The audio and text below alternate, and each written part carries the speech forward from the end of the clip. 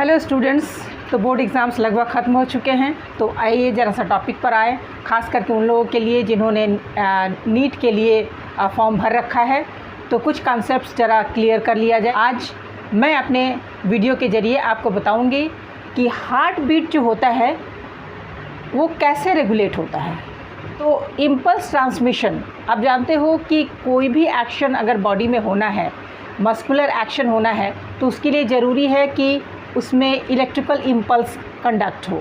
आप जानते हो कि brain controls all the movements of your body through muscular action. But let me tell you, heart ही एक ऐसा ऑर्गन है जहाँ इम्पल्स कंडक्शन ऑटोमेटिक होता है, यानी यहीं पर होता है, that is not dependent on brain. Nervous system से इसका कोई कनेक्शन ही नहीं है। So impulse conduction in heart is completely myogenic in origin. मायो का मतलब होता है मसल, तो मायोजेनिक है, यानी यहाँ जो इम्पल्स कंडक्शन है वो मसल में ही क्रिएट होता है, मायोजेनिक। तो ये एक्चुअली है क्या? राइट ऑरिकल में कुछ स्पेशलाइज्ड मसल्स होते हैं जो एक बंडल बनाते हैं।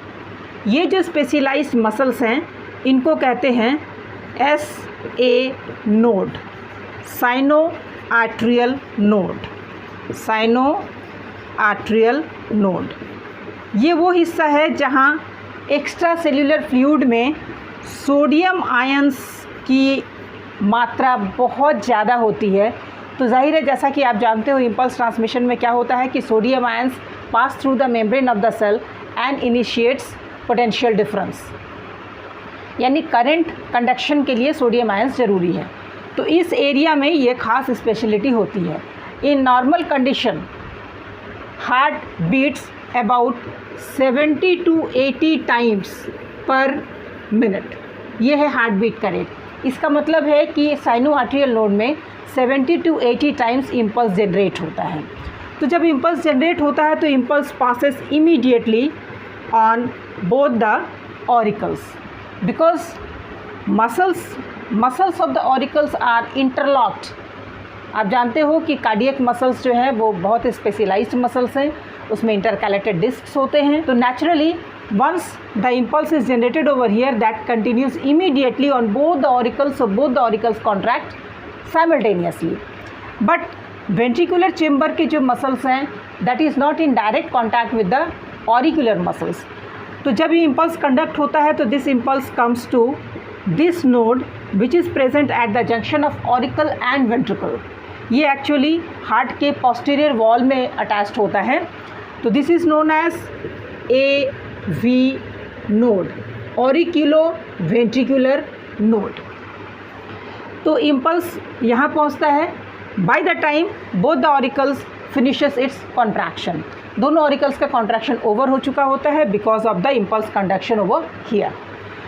अब यहाँ से जो इम्पल्स है वो 2 फाइबर्स, आप देख रहे हो 2 ब्लैक कलर्ड फाइबर्स, इनको कहते हैं bundle of his. Bundle of his, this descends down, ये नीचे की तरफ बढ़ते हैं और नीचे की तरफ बढ़ करके ये left side and right side दोनों तरफ ब्रांचेस हो जाते हैं। तो ये बंडल ऑफ हिस जो है आप देख पा रहे हो कि इधर राइट साइड में और इधर राइट साइड में डिसेंड कर गया। And many branches are coming out through these 2 bundles. ये जो दोनों बंडल ऑफ हिस हैं, इनसे ढेर सारी ब्रांचेस पूरे वेंट्रिकल्स में स्प्रेड करती हैं। So ultimately the impulse which reaches AV node that comes to both right as well as left part of the ventricles, and now ventricular muscles get the impulse and the ventricles contract. Okay, next comes again second, that is the next impulse is created. तो एक impulse ख़त्म होता है, दूसरा impulse create होता है। तो एक इम्पल्स जब क्रिएट हुआ तो ऑरिकल्स का कॉन्ट्रैक्शन ओवर हो गया और वेंट्रिकल्स में वो ज़रा लेट पहुंचता है, तो वेंट्रिकल्स कॉन्ट्रैक्ट लेटर। तो auricles contract first, then contracts the ventricles. तो ये जो ब्रांचेस हैं, these are known as Purkinje fibres. Purkinje fibres. Okay, that is how impulse is conducted. तो याद रखना कि ब्रेन से हार्ट के इम्पल्स कंडक्शन का कोई रिलेशन नहीं है। Brain does not send message for conduction, rather heart itself creates its own impulse, इसलिए इसको मायोजेनिक कहते हैं। इस बात का बहुत बड़ा प्रमाण है कि जब एम्ब्रियो डेवलप करता है तो उसका हार्ट वर्क करना शुरू कर देता है। बहुत पहले ब्रेन नर्वस सिस्टम डेवलप होने से पहले ही हार्ट का फंक्शन शुरू हो जाता है, हार्ट स्टार्ट्स पंपिंग ब्लड। तो इम्पल्स ट्रांसमिशन की जो डायग्नोसिस है that is done by ECG, electrocardiogram, and this graph which is obtained through this machine is called electrocardiograph।